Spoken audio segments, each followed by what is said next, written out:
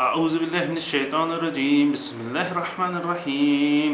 وبشر الذين آمنوا وعملوا الصالحات أن لهم جنات تجري من تحتها الأنهار كلما رزقوا منها من ثمرة رزقا قالوا هذا الذي رزقنا من قبل وأتوا به متشابها وَلَهُمْ فِيهَا أَزْوَاجٌ مُطَهَّرَةٌ وَهُمْ فِيهَا خَالِدُونَ رب اشرح لي صدري ويسر لي أمري واحلل عقدة من لساني يفقهوا قولي الحمد لله الصلاة والسلام على رسول الله وعلى آلہ وصحبہ اجمعین اما بعد السلام علیکم ورحمۃ اللہ وبرکاتہ۔ سورہ بقرہ کی 25 نمبر آیات، اس سے پہلے اللہ سبحانہ و تعالیٰ نے کافروں کے بارے میں بتایا، منافقوں کے بارے میں بتایا، مشرکوں کے بارے میں بتایا، ان کے بارے میں بتایا جو قرآن پر یقین نہیں رکھتے، جو قرآن اللہ سبحانہ و تعالیٰ نے ان کو چیلنج کیا۔ یہ ساری باتیں سورہ بقرہ میں جیسے ہی مصحف قرآن اسٹارٹ ہوتا ہے تو اللہ سبحانہ و تعالیٰ نے یہ ہمیں اب تک بتاتے آئے ہیں قرآن میں۔ ابھی اس آیت میں اللہ سبحانہ و تعالیٰ کی طرف سے مبارک ہے، کانگریچولیشنس ہے، اور وہ کن کے لیے ہے، اس میں جنت کی خوشخبری ہے۔ تو اس آیت کو میں نے 2 حصوں میں بانٹا ہے۔ آج میں آپ کو اس کا فرسٹ پارٹ آپ کو بتاؤں گا کہ اللہ عز و جل نے اس سے پہلے ناس کر کے یا ایھا الناس جو ہے لوگوں کے بارے میں لوگوں کو ڈائریکٹ بتایا ہے۔ اس میں اللہ سبحانہ و تعالیٰ رسول صلی اللہ علیہ وآلہ وسلم کو حکم دے رہے ہیں کہ آپ جو ہے وہ لوگوں کو مبارک دیں۔ وَبَشِّرِ الَّذِينَ آمَنُوا، کانگریچولیٹ مطلب لوگوں کو اچھی خبر سنائے، وہ جو ایمان لے کے آئے۔ کن کو اچھی خبر سنائے؟ وہ جو ایمان لے کے آئے ہیں، مطلب مسلمان جو ایمان لے کے آئے ہیں ان کو آپ اچھی خبر دیں۔ وَبَشِّرِ الَّذِينَ آمَنُوا، اب اس میں وَبَشِّرِ الَّذِينَ آمَنُوا، اس میں جو مصحف میں قرآن میں سب سے پہلے ایمان والوں کے لیے جو حکم ہے وہ اللہ سبحانہ و تعالیٰ نے رسول صلی اللہ علیہ وآلہ وسلم کو دیا ہے۔ رسول اللہ صلی اللہ علیہ وآلہ وسلم اب اس میں مخاطب ہیں ہم سے کہ مبارک دو ان کو کہ جو ایمان لے کے آئے ہیں، جو مسلمان ہیں، جو ایمان والے ہیں۔ یہاں پہ ایک چیز ہمیں پتہ ہونی چاہیے کہ یہ سنت ہے رسول صلی اللہ علیہ وآلہ وسلم کی کہ جب بھی آپ کسی مومن کو، کسی ایمان والے کو، کسی مومن کو، کسی مسلمان کو آپ تبلیغ کریں، تبشر مطلب آپ اس کو آپ بشارت دینی ہے، تبشر آپ کو اس کو اچھی نیوز دینی ہے، اچھی خبر سنانی ہے۔ تو ہمارے یہاں کیا ہوتا ہے، موسٹلی کافی لوگ جو ہے وہ نماز نہیں پڑھتے، لیکن وہ ہفتے میں ایک دفعہ جمعے کی نماز پہ جاتے ہیں یا پھر وہ عید کی نماز پہ جاتے ہیں۔ تو عید کی نماز پہ کافی لوگ جاتے ہیں۔ اب کیا ہوتا ہے اکثر کہ عید کی نماز پہ اگر کوئی آدمی گیا اور وہ نوجوان ہے، ٹین ایجر ہے، 20s میں ہے، 30s میں ہے، کسی بھی ایج کا، وہ اگر عید کی نماز پہ گیا تو انسان کے دل میں آلریڈی ایک گلٹ ہوتا ہے، ایک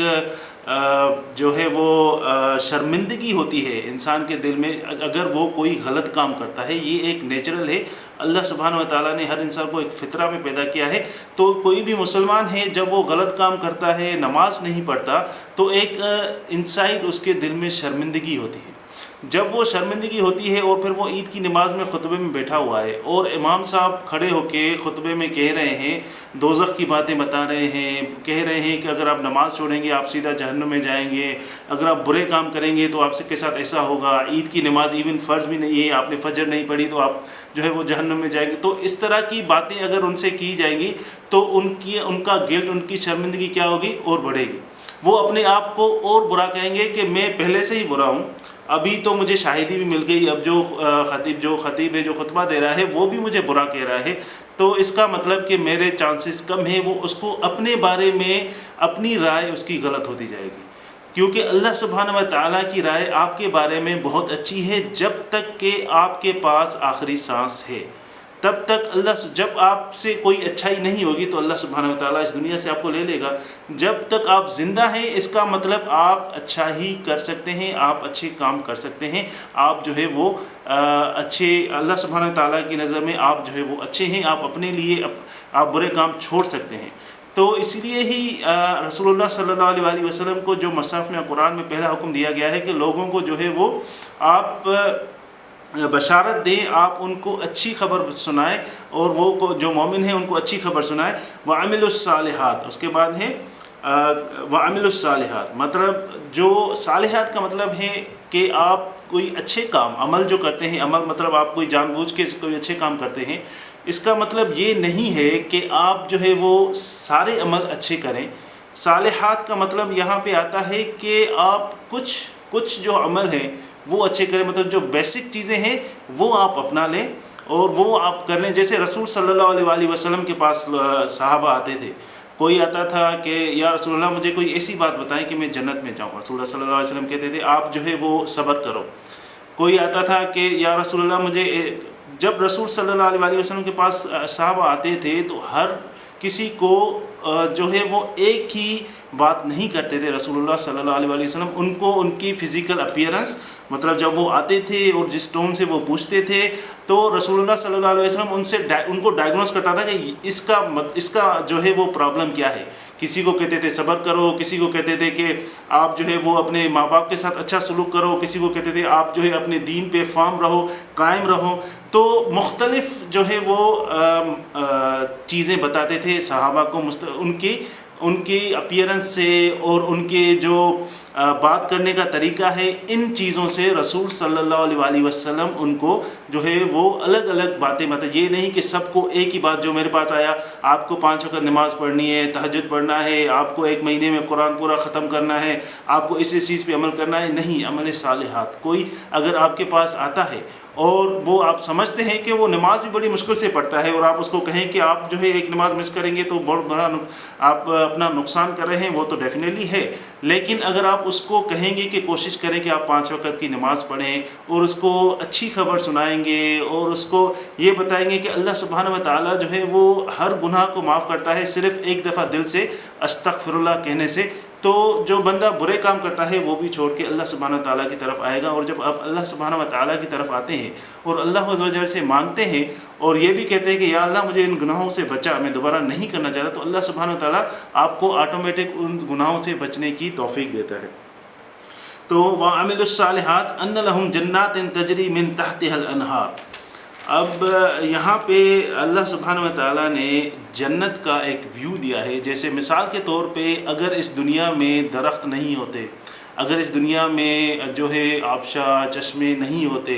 اگر آپ اس دنیا میں پرندے نہیں ہوتے، ان کے آواز کا پتہ نہیں ہوتا، سمندر کے آواز کا پتہ نہیں ہوتا، تو اگر میں آپ کو کوئی بھی آپ کو مثال دیتا اس جنت میں باغات ہوں گے، یہ چیزیں ہوں گی، تو آپ ان کو امیجن نہیں کر سکتے۔ لیکن اللہ سبحانہ و تعالیٰ نے جب جنت کی بات کی ہے تو وہ ایسی ہے کہ رسول صلی اللہ علیہ وسلم نے کہا کہ وہ ایسی ہے نہ کسی کی آنکھوں نے ان کو دیکھا ہے نہ کسی کے کانوں نے ان کو سنا ہے۔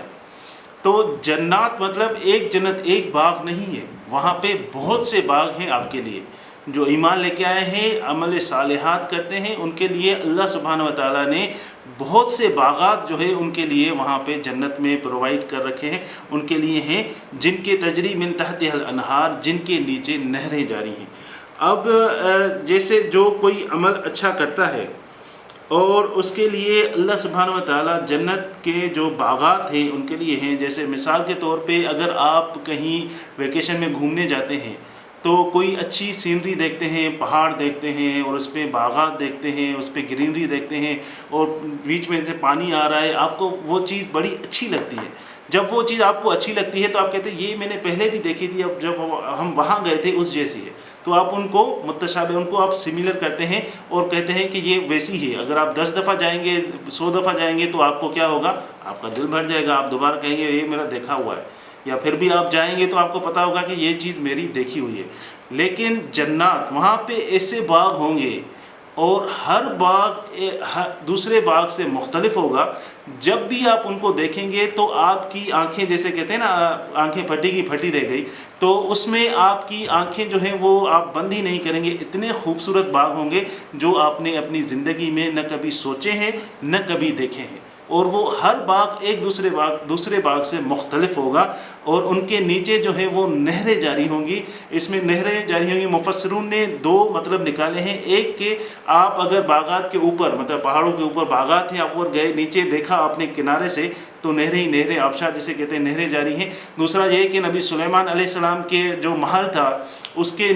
جب وہ واک کرتے تھے نیچے وہ پانی کی طرح تھا، اس کو جیسے پانی کے اوپر کوئی واک کر رہا ہے۔ تو آج کل تو آپ بڑی مارکیٹس میں جائیں گے، آج کل تو ایسی مارکیٹس بن گئی ہیں کہ وہ شیشے کا فرش بناتے ہیں اور نیچے سے ان کے پانی میں آپ اوپر سے واک کرتے ہیں. تو یہ چیز جو ہے وہ اللہ سبحانہ و تعالیٰ بتا رہے ہیں جن کے نیچے سے نہریں جاری ہوں گی، اور ان کے نیچے جو ہے وہ جو بہت سے باغات ہوں گے، نہریں جاری ہوں گی. اور اس کے بعد جو ہے ان میں کیا ہوگا، جو چیز ان کے بعد ہوگی، اس کے بعد کلما رزقوا منہا من ثمرۃ رزقا قالوا ھذا الذی رزقنا من قبلہم. تو یہ جو من قبل، تو یہ جو آیت کا دوسرا پارٹ ہے، یہ میں آپ کو نیکسٹ ٹائم بتاؤں گا کہ وہ باغ تو ہوں گے جنات میں اور ان کے نیچے نہریں بھی جاری ہوں گی، لیکن آپ وہاں جا کے کریں گے کیا؟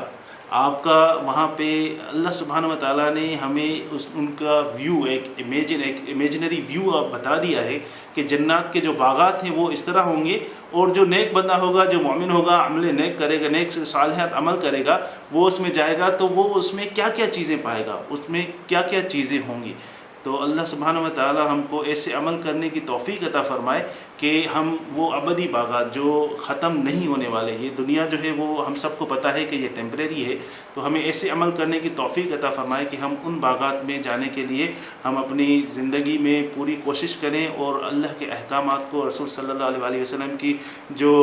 زندگی ہے اس پہ چلنے کی توفیق عطا فرمائے. وآخر دعوانا ان الحمد للہ رب العالمین. السلام علیکم ورحمۃ اللہ وبرکاتہ.